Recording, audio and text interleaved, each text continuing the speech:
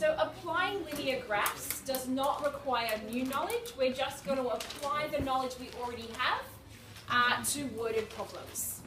So the first thing we need to know is if the rate of change is constant,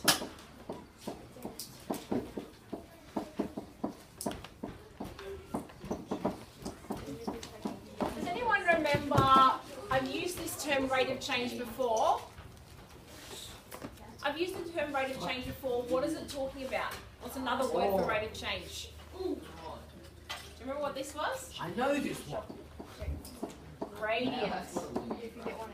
Okay? The rate of change is the gradient. So if the rate of change is constant between two variables, oops, there's not that many e's.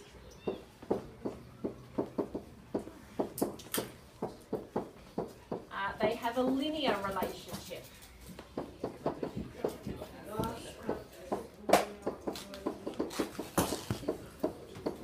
Okay, so linear relationship means that when I plot them on the number plane, they're going to form a straight line. So if that rate of change is constant, it's always going to create a straight line, and we can apply all the knowledge we already have.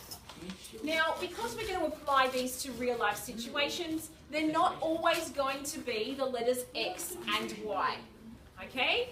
So we're going to use different letters, but it still follows the same rule.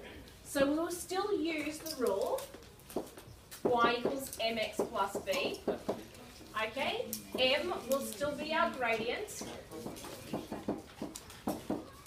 B will still be our y-intercept, but the x and y could be different letters. So for example, along the x-axis I might have time, and along the y-axis I might have distance.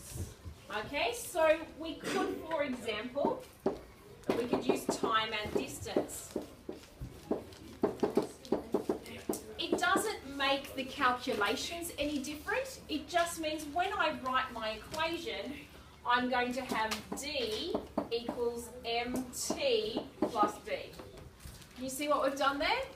Nothing has changed except that instead of Y and X, I'm talking about D and T. Okay? But we still find our gradient in the same way. We still find our intercept. The intercept's technically not the y-intercept anymore, it's going to be the d-intercept, but it's the intercept of the vertical line. Bryce, you need to write the notes down. Okay? So it's not going to change any of the knowledge that you already have. You're still going to use rise over run to calculate the gradient. You're still going to see where it intercepts the vertical axis to get the y-intercept, and you're still going to sub numbers in exactly the same way. The questions often give you a table of values, you plot the points. None of that knowledge changes just because we've changed two letters. Okay? So let's look at a basic example. Let's look at one with distance and time. Has everyone got that page down? Yeah. Got it? Nearly? Charlie? Shh.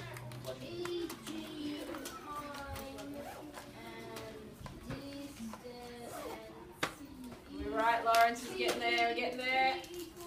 Okay, that'll do. Done? Okay, thanks. Alright, example. Okay, in this example, I'm going to give you a table of values. These questions tend to come with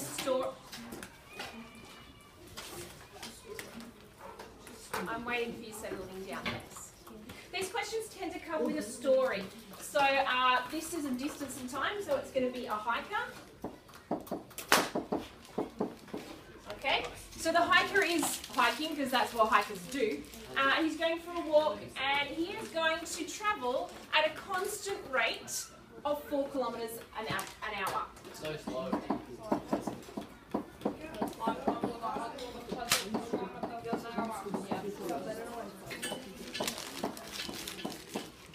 Okay, so we know this is happening. We know our hiker is going for a walk. We know he's travelling at 4 kilometres an hour. Wait, you need to know his name.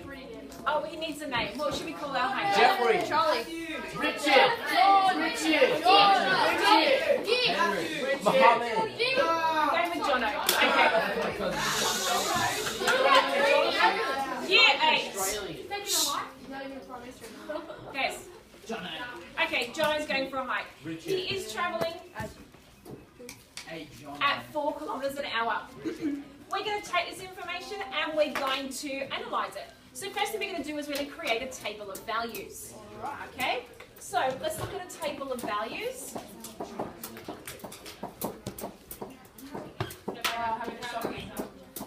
So a table of values. Now normally I would have X's and Y's. The table is not straight.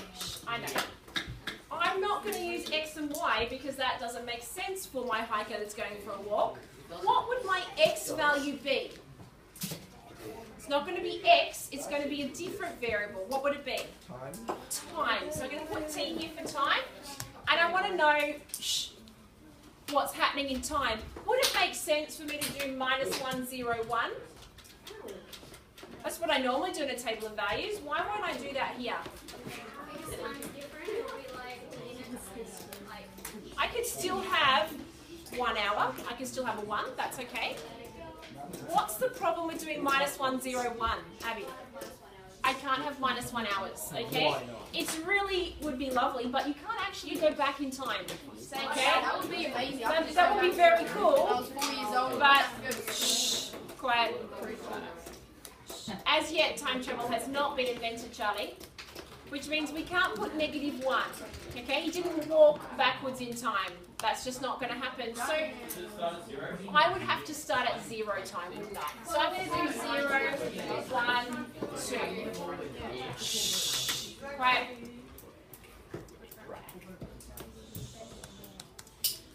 Okay, so I know my time is going to be 0 hours, 1 hour, 2 hours. What's this variable going to be? The Y. It's going to be the Y. What letter should I use? T. D for distance. Okay? So, if he's been walking for 0 hours, what distance has he travelled? 1 metre. Because he's done. Because he takes 0. steps. Okay? What about seconds? If he's been travelling for 1 hour, 1 hour. okay, how far has he gone? 2,500 steps. 4 kilometres. Still steps. Because the question says he's travelling at 4 kilometres an hour. 100 steps. So how far will he have gone in 2 hours? 8. This is as simple as I can. But he would slow down, though. He wouldn't be able to walk that This way. is my type of He's a map. super hiker, he doesn't slow down. This is my Keeps type of going. map. Okay? Oh, yeah. 4 kilometres an hour. We're I think I'll assuming start he with- didn't Yeah, a break guy his named leg. Jono doesn't sound very smart. Year 8. Once we have a table of values, we can create a picture, couldn't we? So let's draw a graph. Okay, You're very unsettled today. When I'm creating my graph, normally I draw a graph like this, don't I?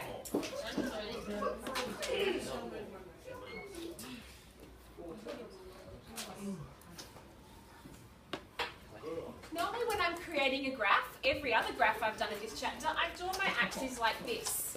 That's not what I'm going to do this time because I know I can't go backwards in time.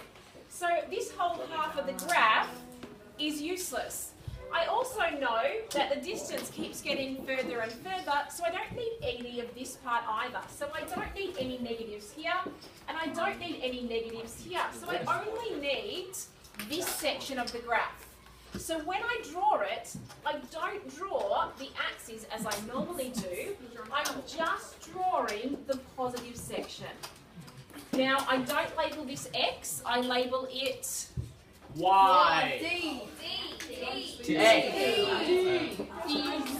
and what's this one? D. D. You want a big D? Okay, so it's really, You do a little D. You should Yes. use a no, I mean you should use a capital D. it's really important that you're labeling those with the correct letters for the question. What's that? Now, I'm going to plot these points. That's a T, Looks like an that's a D. I thought it was a plus sign. Okay, You so idiot. listen, that's in hours, and this is in kilometres. Which is also South of England. So this is But now We're not in choir, please. Shh. don't want to get any copyright. Come on, we want to finish this example sometime today. Thank you. Do something different next period. Okay, at 0, I would travel 0. So I draw a dot here. After 1 hour, I was at 4. So I'm up here. At 2 hours, I was at 8. So I'm all the way up here. And I get the point. I now grab a ruler. I draw a beautifully straight line. Yours is going to be way better than mine because you have grid paper and rulers. Grid paper? And mine is seriously dodgy. So I have now created a graph of Jono's height. That's mine. Good on you. What else can I do? I've got a table of values, I've got a graph. What else do we find? We're often looking for it. Pardon? We're going to find the rule. To find the rule, I've got to find 2 things first. What are the 2 things I've got to find? Gradient and y-intercept. Let's start with gradient.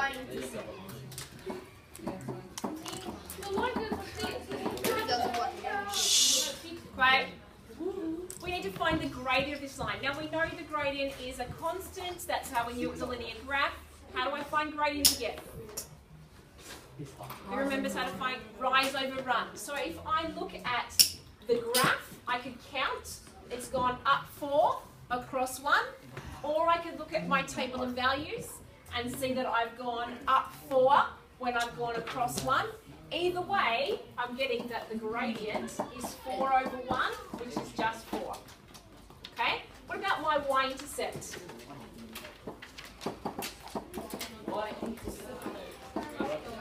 Where am I hitting the y-axis, even though it's not actually y, this question?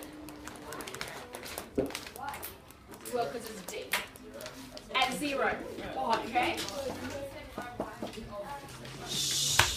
So I'm getting the axis at d equals 0. So, what is my equation? D equals 14.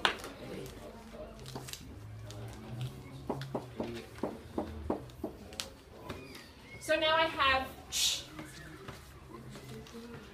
a table of values, I have a graph, I know the gradient, I know the y-intercept, and I create an equation.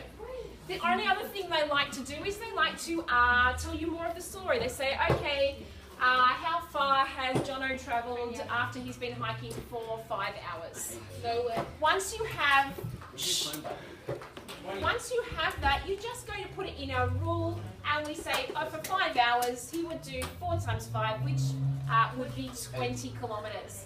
The question could also be a little bit trickier and say that I know that Jono travelled 18 kilometres. How long did it take him? I know it took him 18 kilometres. How long did it take to walk that far? What would I do to solve that? If I knew he travelled 18 kilometres, how could I use this rule?